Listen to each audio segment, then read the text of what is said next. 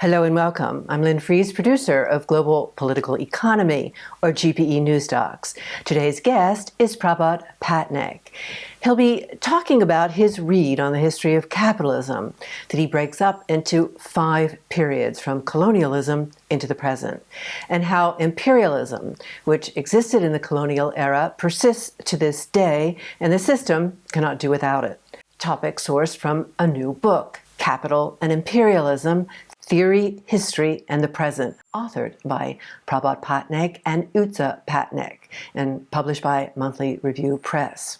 A world-renowned economist, Prabhat Patnaik is Professor Emeritus at the Center for Economic Studies and Planning at Jawaharlal Nehru University in New Delhi. Earlier books by Prabhat Patnaik include Accumulation and Stability Under Capitalism, The Value of Money, and Re-envisioning Socialism. Welcome, Professor Patnaik, and thank you for joining us. Thank you. Thank you very much. Let's start from the beginning. So open with comments on the first of 5 periods in your read of the history of capitalism, and then also in this segment, comment on the theory and so logic behind why you break up the history of capitalism into these 5 periods. We really begin with the pre-First World War period of colonialism. A very long boom during the Victorian era, which spilled over into the Edwardian era in Britain, which was marked by the existence of the gold standard. So that very long boom is something which, in our view, was quintessentially based upon colonialism.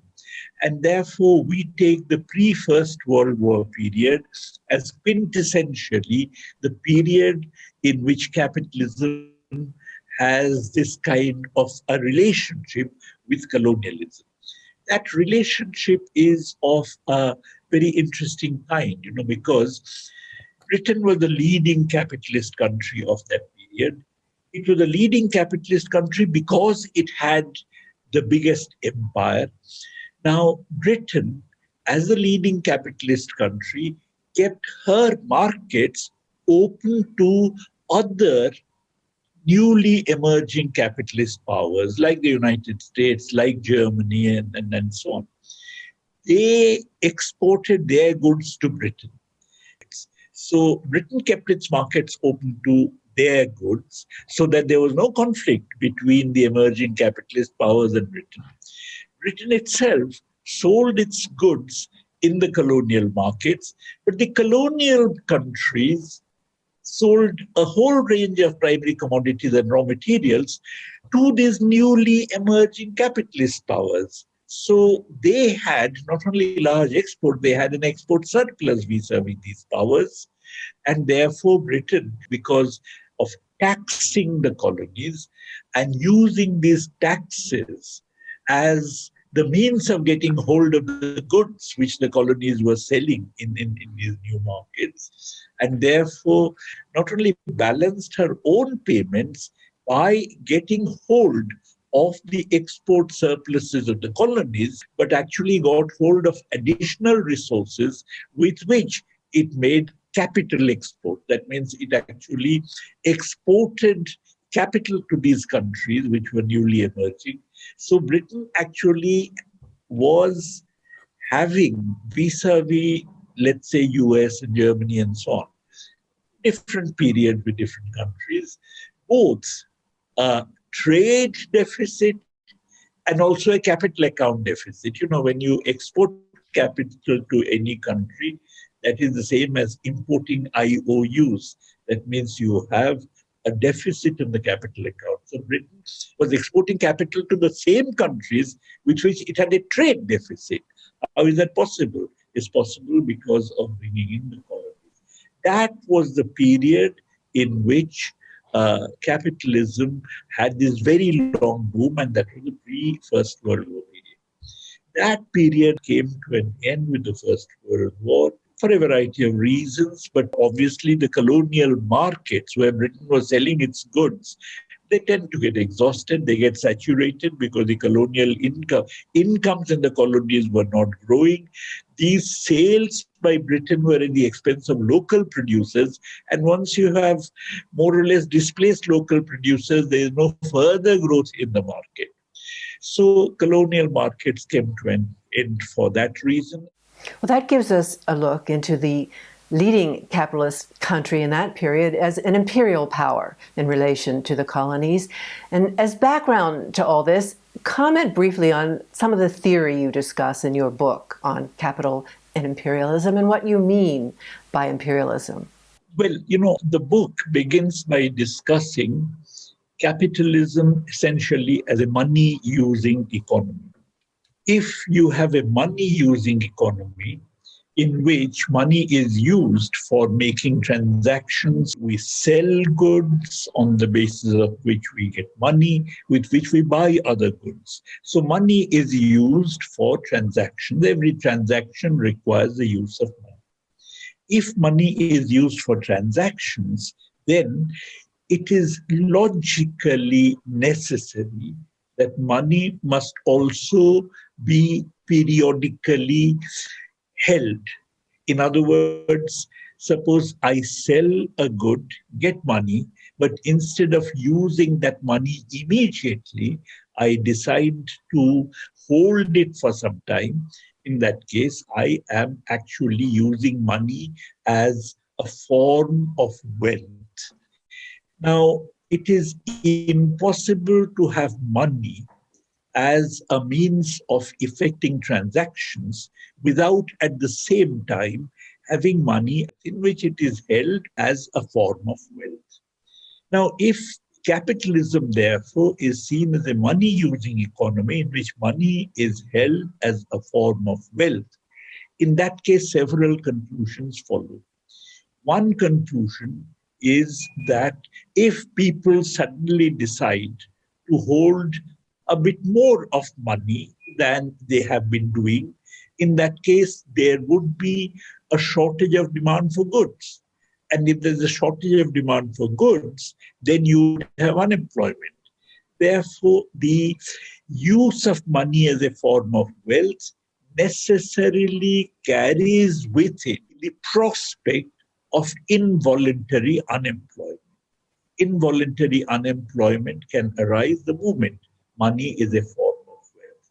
Now, if so, once an economy is caught with involuntary unemployment, there is no obvious reason how it can come out of it, because in such a case, if, let us say, capacity utilization drops because there is less output produced, because people want to get rid of stocks of commodities which have become unsaleable, in that case, investment would fall further, and so on. There is no obvious reason how such an economy can get out of this kind of what one would call an overproduction crisis.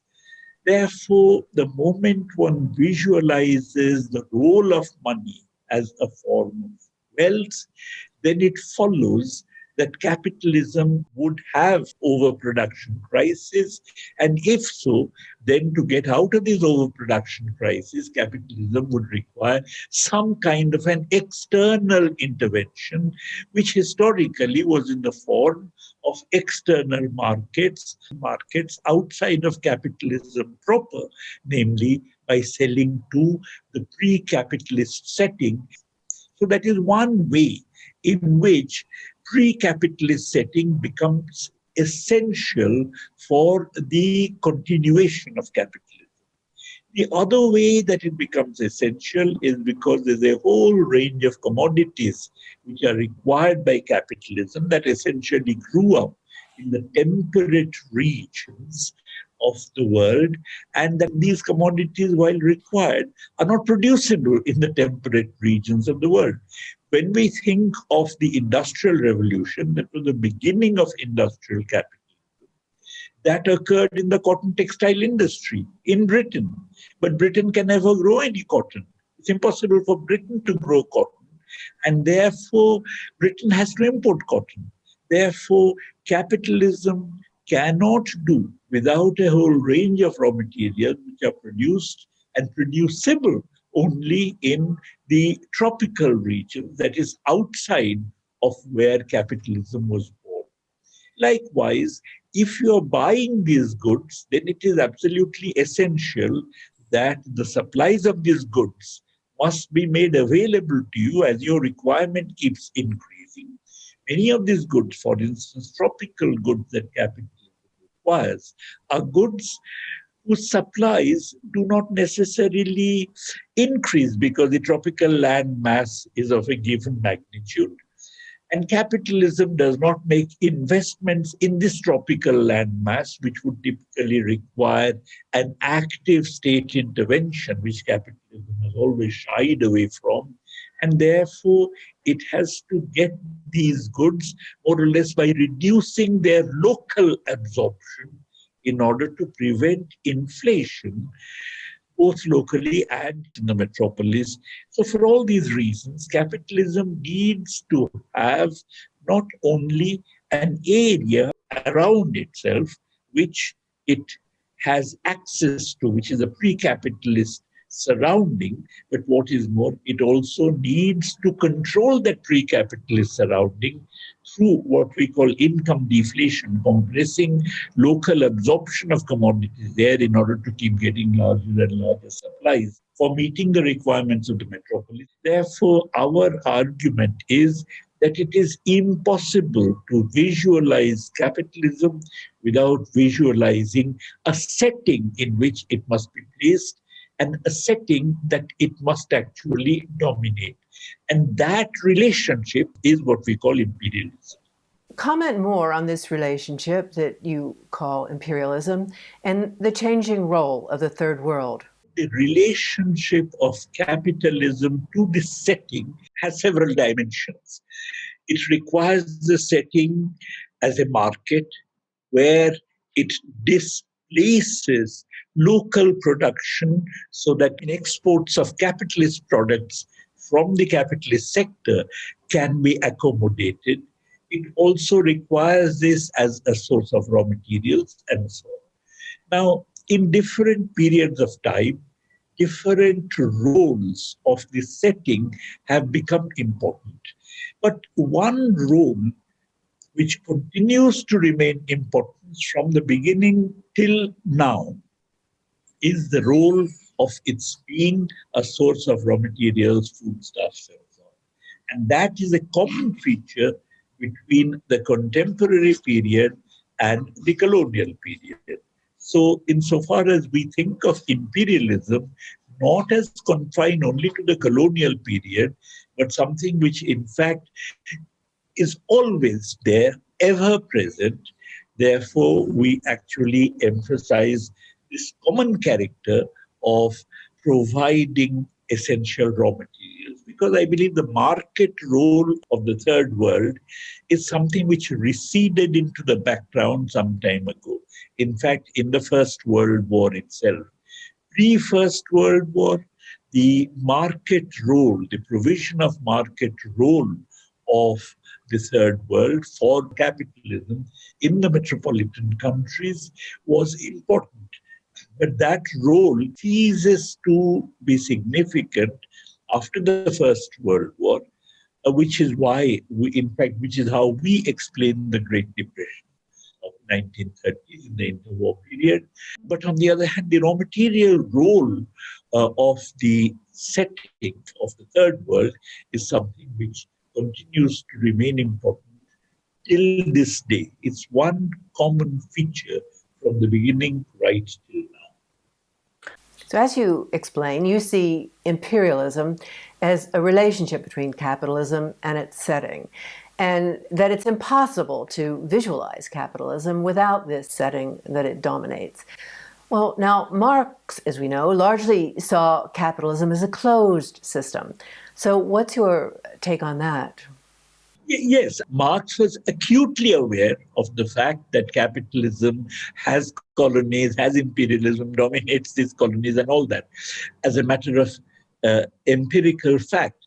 But when he analyzed capitalism in capital, he really looked at it in terms of a system in which there are capitalists and their workers. I suppose his idea was essentially to look at the origin of surplus value, which is why he really looked at only that as a system. The relationship of capitalism with its setting, with the third world, is something that really does not enter into Marx's analysis, notwithstanding references to this phenomenon here and there.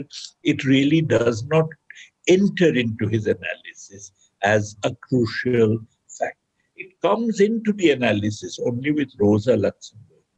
Now, I was arguing that if you have a money-using system, in that case, accumulation of capital, which is not necessarily from people's volition, but they are compelled to accumulate. If they are compelled to accumulate, but the form in which they accumulate capital is not necessarily by adding to fixed capital or inventories or to goods or to physical productive capacity. It can be accumulation of capital in the form of money. Now, that being the case, you have the possibility of crisis. So the moment you think of capitalism being a money-using economy, then in a period, for instance, when people wish to hold more money, accumulate capital in the form of money, hold more money as their wealth, you would find that there would be a tendency towards overproduction, because goods are being produced, but people don't want to buy goods, they want to hold money. So that creates the tendency to overproduction. And once you have a tendency to overproduction, then the accumulation process gets disrupted. In fact, it's difficult to explain sustained accumulation once you recognize this role of money, and sustained accumulation then becomes possible only if in such periods you actually can have access to an outside market. In addition, of course, there is the requirement of raw materials, foodstuffs, and so on, which have to be procured from these other regions. There are two ways in which they can be procured. One is that you actually increase their output so that the local absorption remains the same. Your additional requirements in the metropolis are met by larger outputs. But on the other hand, that requires state action. Typically, for instance, an increase in tropical agricultural output requires state action in irrigation and so on, something which Marx had talked about. So that being the case, typically, since capitalism is opposed to actions of that kind being undertaken by the colonial state in order to enlarge output, what they do is the squeezing of local absorption, reduction of local consumption, so that the output does not increase, but you simply take more and more out of it for meeting the requirements of the metropolis. So the point is that, that in these very many different ways, capitalism requires this outside setting, and it requires an outside setting that it can actually dominate and manipulate. That's what we are calling imperialism.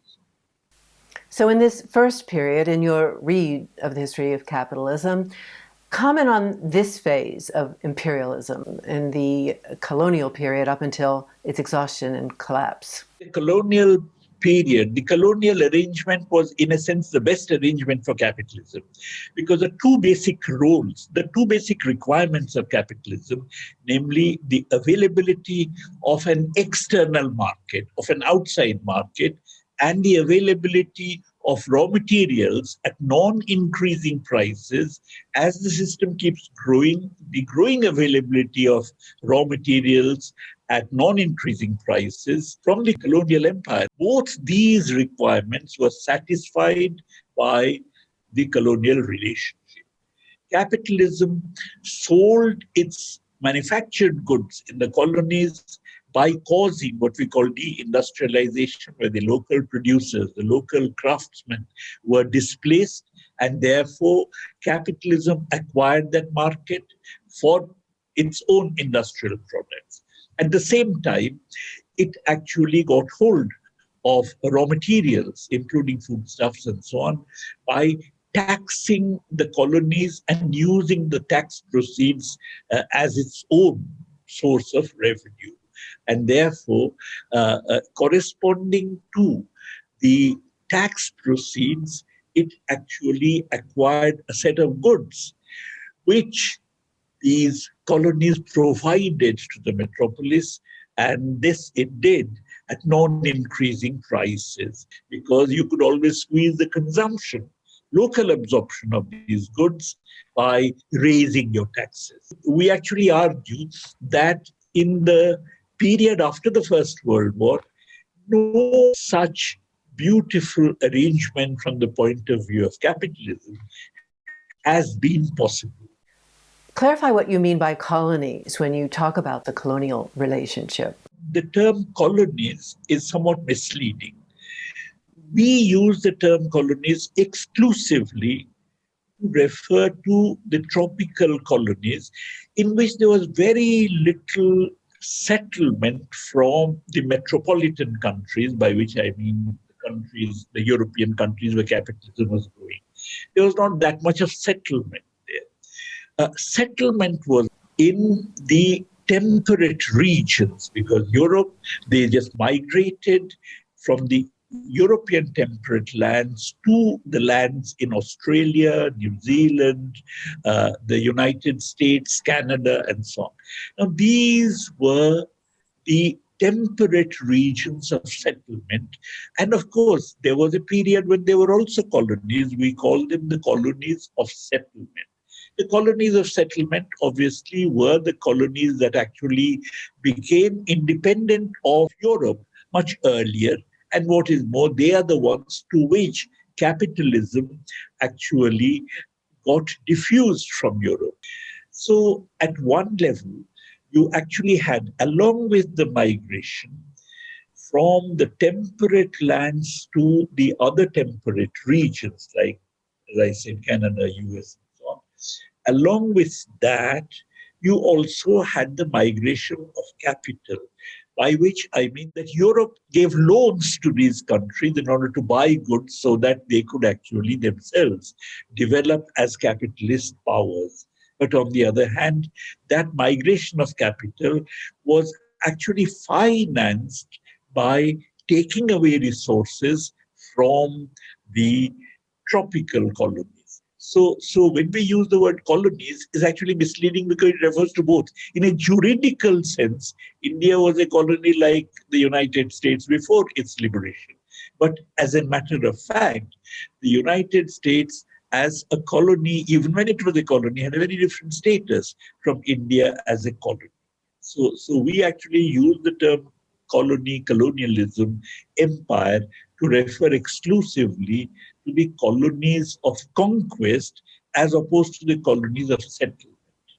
So as you say, colonies of settlement, like, for example, the United States, experienced a diffusion of capitalism, and along with that, a trajectory of industrialization and higher wages. Comment on the experience and trajectory of the colonies of conquest under the impact of metropolitan capital. The colonies of conquest were the ones which actually faced two kinds of consequences from the encroachment of capitalism from the metropolis. One, as I mentioned, was the deindustrialization. I mean, obviously, you had very substantial industrial development there, not capitalist industrial development, but pre-capitalist craft production. I mean, after all, the East India Company was formed in order to buy these kinds of products and sell them abroad. So the point is, you had pre-capitalist craft production or pre-capitalist industrial craft production, which got decimated because of competition from industrial capitalism. And that generated unemployment, and the unemployed were thrown onto a land mass which was more or less already fully used up. Therefore, they increased the pressure of population on land, and that gave rise to a whole lot of phenomena of overcrowding, low wages, high rents on land, and all that. The second thing that happened is that the peasantry in these countries was heavily taxed. Now, the peasants were producing all kinds of goods. They were heavily taxed, and this tax amounted in effect to taking away those goods from them, because after all, corresponding to the cash that they pay as taxation, effectively they are paying some goods as taxation. Now, these goods were taken away from them in the form of an export surplus, and this is something that was used by the metropolis. So, these countries saw growing unemployment and poverty. In fact, we argue that the roots of modern mass poverty lie in colonialism. Therefore, the origin of mass poverty that we see today really is because of capitalism. We're going to break and be back with part 2 of this conversation with Prabhat Patnaik. Prabhat Patnaik, thank you. Thank you very much. And from Geneva, Switzerland, thank you for joining us in this segment of GPE News Docs.